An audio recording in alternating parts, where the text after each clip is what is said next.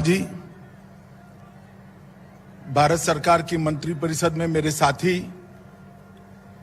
यहीं के सांसद doctor Jitendra Singh ji, Jammu Kashmir high court के मुख्य न्यायाधीश जस्टिस पंकज मित्तल जी, भारत सरकार के गृह सचिव श्रीमान भल्ला जी, आसूचना ब्यूरो के निर्देशक श्री अरविंद कुमार जी, आज जिनके निमंत्रण पर मैं यहां पर उपस्थित हुआ हूं, सीआरपीएफ के डीजी श्री कुलदीप सिंह जी, मुख्य सचिव जम्मू और कश्मीर, और आज इस शानदार परेड में जिन्होंने हिस्सा लिया है और अन्यथा भी उपस्थित है, सभी सीआरपीएफ के मेरे प्यारे जवान भाइयों बहनों, उनके परिवारजनों, प्रिय बच्चों, पत्रकार और छायाकार मित्रों, आज सीआरपीएफ के लिए और देश की सुरक्षा के लिए जुड़े हुए सभी संगठनों के लिए बहुत हर्ष का विषय है कि आज सीआरपीएफ अपनी 83वीं वर्षगांठ मना रहा है। इस अवसर पर देश भर में देश की सुरक्षा और आंतरिक सलामती का काम करते हुए फैले हुए लाखों सीआरपीएफ के सभी जवानों को मैं हृदय से बधाई भी देता हूं और बहुत शुभकामनाएं भी देता हूं। मित्रों, भारत सरकार ने एक निर्णय अभी किया है कि सभी सीएपीएफ उसका वार्षिक परेड देश के अलग अलग हिस्सों में मनाया जाएगा। इसके पीछे उद्देश्य यह है कि देश की सुरक्षा, सीमाओं की सुरक्षा और आंतरिक सुरक्षा में लगे हुए सभी सीएपीएफ संगठन अलग अलग हिस्सों में जाकर देश की जनता से आत्मीय संबंध बनाए और देश की संस्कृति के साथ घुल मिलकर अपने आप को सदैव ड्यूटी के लिए समर्पित करें। इसी कार्यक्रम के तहत आज सीआरपीएफ की वार्षिक परेड ऐतिहासिक शहर जम्मू में आयोजित की गई है। आज मैं जम्मू में आया हूं। ये ऐतिहासिक नगर में मेरी बात की शुरुआत करने से पहले सबसे पहले मां वैष्णो देवी को प्रणाम कर मैं मेरी बात की शुरुआत करना चाहता हूं।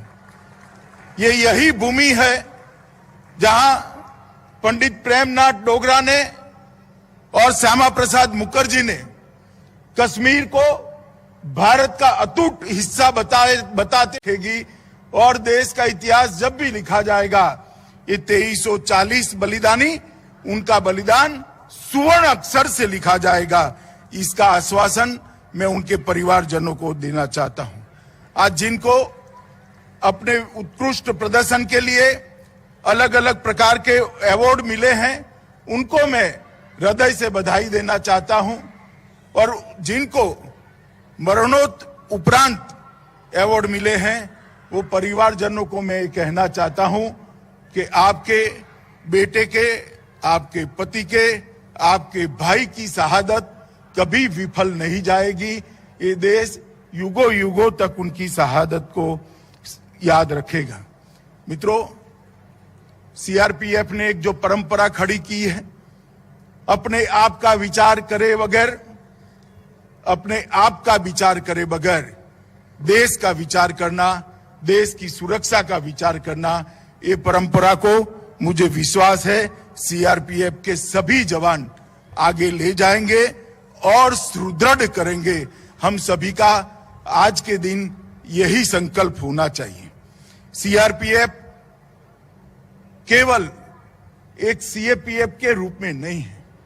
देश का बच्चा सीआरपीएफ के जवानों की शिस्त, समर्पण, बलिदान और त्याग की भावना की सराहना करता है।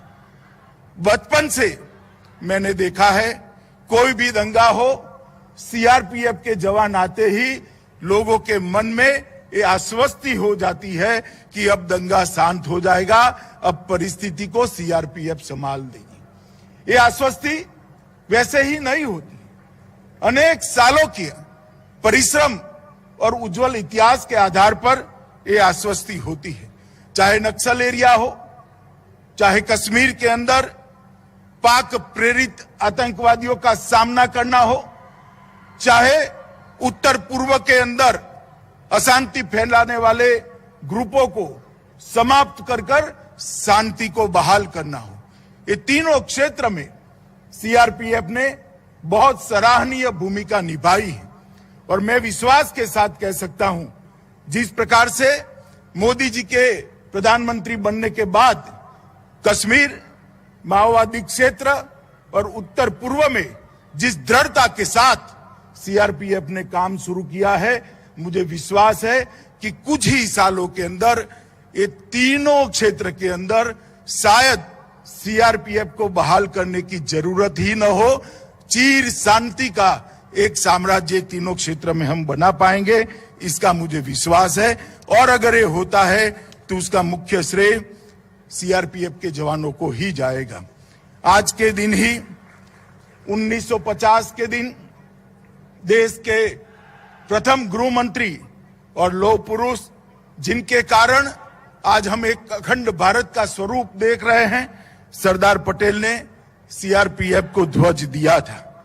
और आज वहीं से शुरू हुआ ये संगठन 246 बटालियन और 3,25,000 के जवानों के बल के साथ देश का सबसे बड़ा सशस्त्र बल बनकर उभरा है, जिसकी विश्वसनीयता न केवल देश, दुनिया में जिसकी विश्वसनीयता का लोहा लेने के लिए एक भी सशस्त्र संगठन तैयार नहीं है, इसका मुकाबला नहीं कर सकता है। इस प्रकार का एक अद्भुत संगठन आज खड़ा हुआ है। मित्रों, आज जब सीआरपीएफ का स्थापना दिन है, हम हॉट स्प्रिंग को कैसे भूल सकते हैं। 21 अक्टूबर 1959 को चीनियों ने जब हमला किया, सीआरपीएफ के कुछ जवान मामूली से शस्त्र बल के साथ अनुपात में बहुत कम संख्या के साथ भीड़ गए और देश की एक एक इंच जमीन के लिए वीरता से लड़कर अपने प्राणों का बलिदान दिया। और पूरा देश आज वो घटना को नहीं भूल सकता। और इसीलिए 21 अक्टूबर को पूरे देश के सभी पुलिस बल पुलिस दिवस के रूप में मनाकर हॉट स्प्रिंग पर सीआरपीएफ के जवानों ने जो वीरता और बलिदान का जज्बा दिखाया, इससे प्रेरणा लेकर देश की आंतरिक सुरक्षा के लिए पुनः अपने आप को चुनाव ही हमारे संविधान के लोकतंत्र के परिप्रेक्ष्य की पूर्ति करता है। और निष्पक्ष और निर्भीक चुनाव, मत की अभिव्यक्ति निर्भीक रूप से हो, वो चुनाव की आत्मा होती है। और देश में जब कभी भी, चाहे विधानसभा के चुनाव हो, चाहे लोकसभा के चुनाव हो, जब कभी भी चुनाव होते हैं, देश के अंदर सबसे बड़ी ड्यूटी का निर्वहन करने वाला कोई सशस्त्र बल होता है तो अपना सीआरपीएफ होता है। और देश के अंदर लोकतंत्र को सुरक्षित रखने के लिए भी सबसे बड़ा योगदान सीआरपीएफ का है, क्योंकि निर्भीक चुनाव और निर्भीक मत की अभिव्यक्ति के बगैर कोई भी लोकतंत्र अपने आप को मजबूत नहीं रख सकता। मैं सीआरपीएफ के जवानों को इसके लिए भी बहुत बहुत बधाई देना चाहता हूं। आरएएफ की टुकड़ियों की स्थापना के बाद एक जमाने में भीषण दंगे देश भर में दिखाई पड़ते थे। आरएएफ ने कम से कम बल प्रयोग के साथ दंगों को कंट्रोल करने की, दंगों पर काबू पाने की नई पद्धतियां भी विकसित की है और वो पद्धतियों के अंदर महारत भी हासिल की है। दृढ़ता इतनी ही है जितनी होनी चाहिए, मगर कम से कम बल प्रयोग के साथ दंगाइयों को एक प्रकार की नई कला से आरएएफ शांत करने में बहुत विश्वासपूर्ण तरीके से आज सफल हुआ है। और मैं देश के दंगों का इतिहास कोई भी देखेगा तो उसके दो हिस्से जरूर दिखाई पड़ेंगे। आरएएफ की स्थापना के पहले के दंगे और आरएएफ की स्थापना के बाद के दंगे, मैं निश्चित रूप से कह सकता हूं कि आरएएफ की स्थापना के बाद देश में दंगों को बहुत कम करने में रैपिड एक्शन फोर्स को सफलता मिली है। और रैपिड एक्शन फोर्स ने इसके साथ साथ स्टेट की रिजर्व पुलिस को भी ट्रेन करने का एक अभियान चलाया। इससे एक वाक्यता के साथ रैपिड एक्शन फोर्स और स्टेट की रिजर्व पुलिस दोनों साथ में मिलकर काम करते हैं, इसके बहुत अच्छे परिणाम मिले हैं। मित्रों, ये आजादी का अमृत महोत्सव है, अमृत महोत्सव का वर्ष है। हमारे देश के प्रधानमंत्री जी ने आजादी के अमृत महोत्सव में 130 करोड़ के देश के सामने एक लक्ष्य रखा है कि जब हम आजादी की शताब्दी मनाते हो उस वक्त हर क्षेत्र के अंदर दुनिया में देश प्रमुख स्थान पर हो, चाहे आर्थिक क्षेत्र हो, चाहे सुरक्षा का क्षेत्र हो, चाहे शिक्षा का क्षेत्र हो, चाहे आपसी सद्भाव का क्षेत्र हो, चाहे सांस्कृतिक विरासत को आगे ले जाना हो, चाहे रिसर्च एंड डेवलपमेंट को बढ़ाना हो, चाहे इंफ्रास्ट्रक्चर को मजबूत कर हर गांव तक, हर घर तक इंफ्रास्ट्रक्चर पहुंचाना हो। अगर ये करना है तो देश के अंदर $5 ट्रिलियन की इकोनॉमी का लक्ष्य हमारे प्रधानमंत्री जी ने देश के सामने रखा है।